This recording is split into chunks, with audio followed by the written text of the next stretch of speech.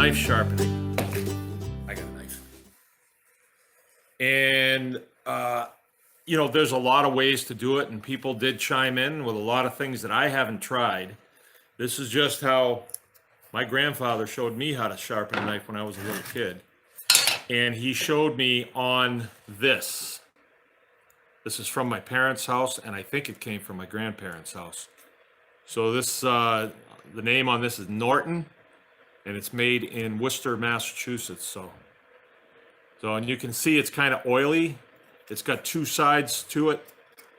It's got a coarse side, which I don't use very much, and then it's got the finer side right there. You see it's taken down just a little bit, and the oil is to protect the stone. The oil will protect the tiny little pieces of the knife that come off when you are sharpening this. Now, what I do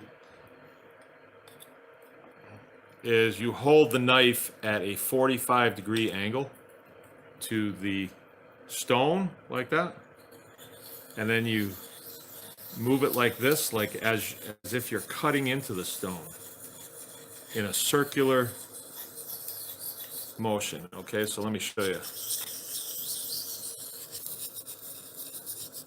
And I come back, and the whole time I'm doing it, I can feel it. I can feel how much drag there is on this blade. And when I start, there's quite a bit of drag, and then it starts to get less and less and less.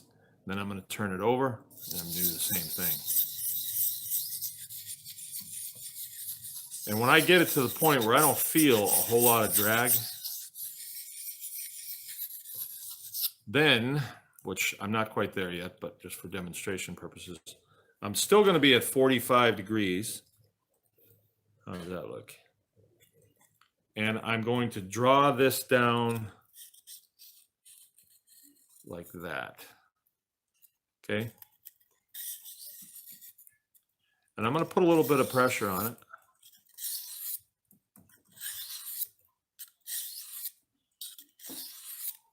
And I'm going to bring it back the other way. About 45 degrees.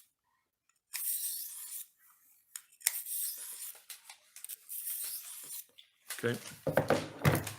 And different knives are different, you know. Obviously, different hardness.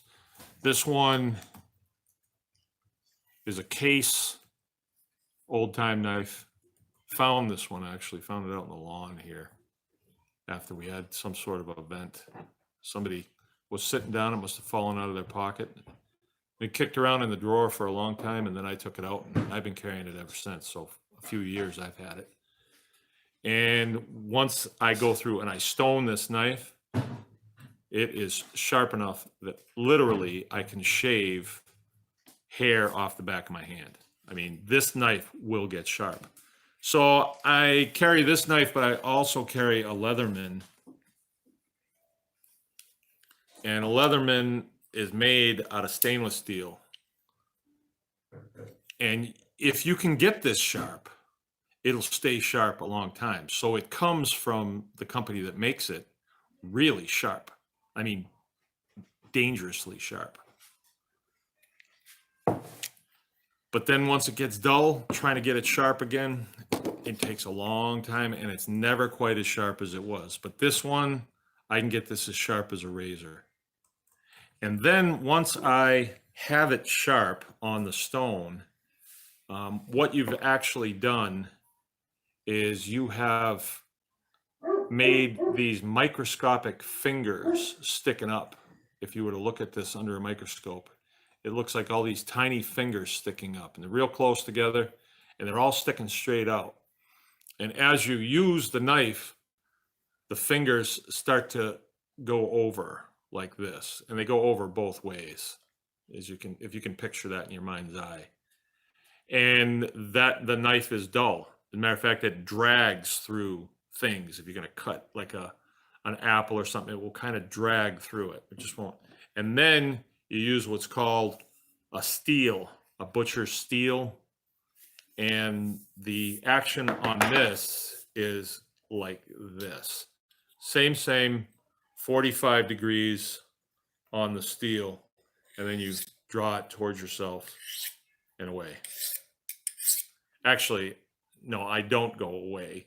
I think the books say that you should go away. You know, you always sharpen away from yourself, but it's much more natural for me to come towards myself.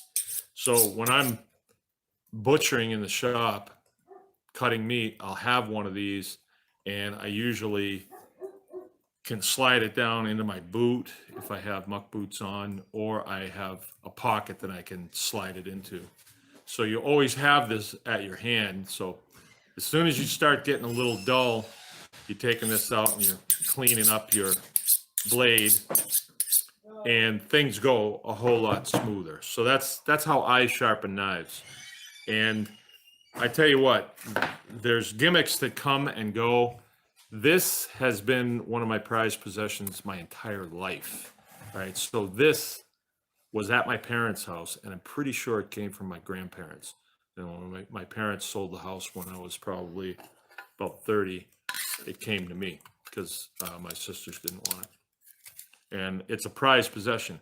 And I'll drop this on the concrete and that thing could break. So I keep this thing very close because that could happen.